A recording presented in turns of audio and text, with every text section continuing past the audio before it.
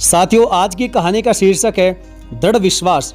और यह कहानी मैं दावा करता हूं आपका हंसते हंसते पेट पका देगी और बहुत बड़ा मोटिवेशन भी देकर जाएगी। तो चलिए शुरू करते हैं इस कहानी को। साथियों, यह कथा वृंदावन की है। एक ग्वालिन प्रतिदिन यमुना पार करके वृंदावन दूध बेचने आती थी। एक दिन उसके दूध की बिक्री जल्दी हो गई।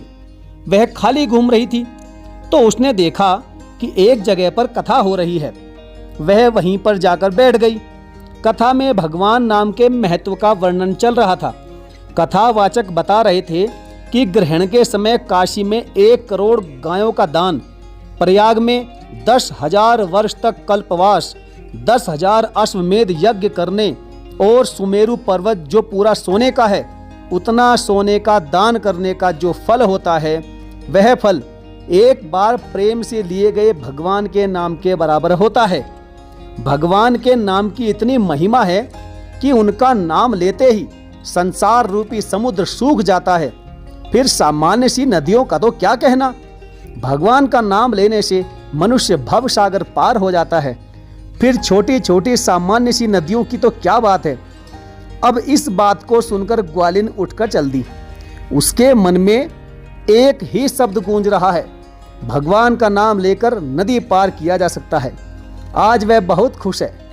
आज उसे एक ऐसा उपाय मिल गया है जिससे उसके 4 पैसे रोज बचेंगे, 2 आने के और 2 जाने के। बस राधे श्याम नाम का जाप करती हुई आज घाट की तरफ न जाकर अपने गांव की सिधाई पर यमुना की ओर चल दी। जब यमुना जी आई तो उस ग्वालिन ने बड़ी खुशी और पूरे विश्वास के साथ श्री राधे श्याम कहकर पानी में पैर रख दिया। अरे यह क्या, उसका पैर पानी में डूबा नहीं। पुनः राधे श्याम कहकर दूसरा पैर पानी में रखा, यह भी पानी के ऊपर ही रहा। इस तरह वह राधे श्याम कहती हुई यमुना के उस पार चली गई। ग्वालिन आज बहुत खुश है। यह कथावाचक उसे पहले क्यों नहीं मिले। राधे श्याम नाम से उसे बहुत फायदा हुआ, इसलिए इस नाम से उसे प्यार हो गया। अब तो उठते बैठते रास्ता चलते हर जगह राधे श्याम नाम का वह संकीर्तन करती रहती और प्रतिदिन सीधे रास्ते से यमुना पार करती रही। 1 वर्ष बीतने के बाद एक दिन उसके मन में एक ख्याल आया कि जिस कथावाचक ने मुझे इतना फायदा करवाया, उनको एक दिन घर बुलाकर भोजन करा दूं। कथावाचक को खोजकर निमंत्रण दे दिया और बोली कि कल आकर मैं अपने साथ आपको ले चलूंगी। दूसरे दिन समय पर ग्वालिन कथावाचक को लेने पहुंच गई। कथावाचक तैयार बैठे थे, उसके साथ चल दिए।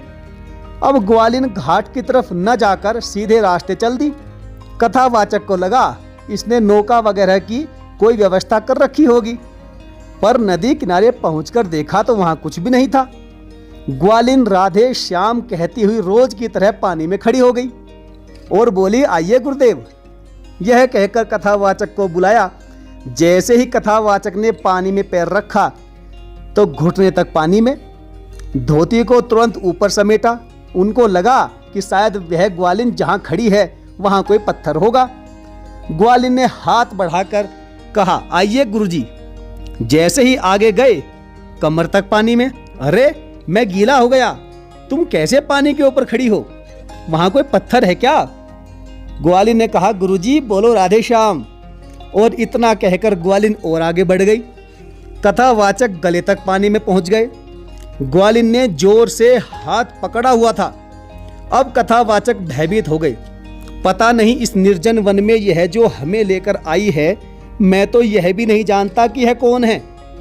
वे पूरे शरीर की ताकत लगाते हुए अपने को छुड़ाने का पूरा प्रयास करने लगे। जब नहीं मुक्त हुए तो जोर से बोले, अरे दुष्टा, मुझे छोड़ दे, अन्यथा मेरे पुत्रों को पता चलेगा तो तुम्हें भी नहीं छोड़ेंगे। ग्वालिन बोली, गुरुजी बोलो राधे श्याम। तब कथावाचक ने कहा कि हमारे पास जो भी आभूषण हैं, चैन, अंगूठी, सोने के आभूषण जो भी हैं, तू सब ले ले, पर मुझे छोड़ दे। ग्वालिन बोली, गुरुजी बोलो राधे श्याम। उसने हाथ नहीं छोड़ा। कथावाचक की तीनों ताकत समाप्त हो चुकी थी। तनबल, जनबल और धनबल तीनों को आजमा चुके थे। वैसे भी कहते हैं कि विपत्ति आने पर मनुष्य सबसे पहले इन्हीं का प्रयोग करता है, और यह तीनों ही उसके फेल हो चुके थे। कथावाचक छोड़ दे चिल्ला रहे हैं। ग्वालिन ने मजबूती के साथ हाथ पकड़ रखा है। ग्वालिन बोली, गुरुजी कैसे छोड़ दूं? एक निमंत्रित ब्राह्मण को बिना भोजन कराए मैं नहीं छोड़ सकती। नहीं महाराज, मुझे पाप लगेगा। बिना भोजन कराए मैं आपको कतई नहीं जाने दूंगी। गुरुजी बोलो राधे श्याम। अंत में असहाय होकर जब कोई बस नहीं चला तो कथावाचक बोले, उबारो राधे श्याम, यह दुष्टा तो मुझे डुबोकर ही दम लेगी। अब तो आप ही मेरा सहारा हो, हे घनश्याम उबारो। यह बोलते ही गुरुजी पानी के ऊपर आ गए और नदी के उस पार पहुंच गए। फिर ग्वालिन कथावाचक को अपने घर ले गई। आश्चर्य से भरे हुए कथावाचक ने ग्वालिन से प्रश्न किया कि तुमको पानी पर चलना किसने सिखाया? ग्वालिन ने कहा, गुरुदेव आपसे ही तो मैंने सीखा है।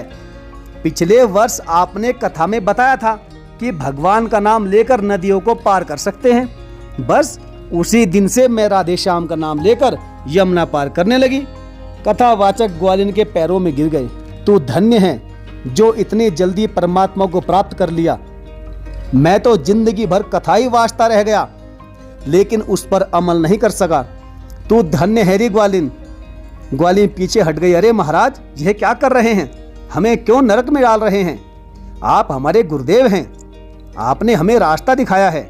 साथियों, जरा विचार करके देखिए कि आखिर क्या था इस ग्वालिन में जो वह प्रतिदिन पानी पर चलकर यमुना पार करती थी।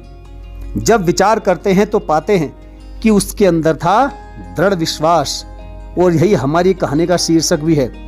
और जिसके भीतर दृढ़ विश्वास आता है वह बड़े बड़े महान कार्य आसानी से कर लेता है। साथियों, आपको यह कहानी कैसी लगी आप हमें कमेंट करके जरूर बताएं, और यदि चैनल को सब्सक्राइब नहीं किया तो सब्सक्राइब अभी कर लें, और साथ ही साथ बेल आइकन को भी प्रेस कर लीजिएगा।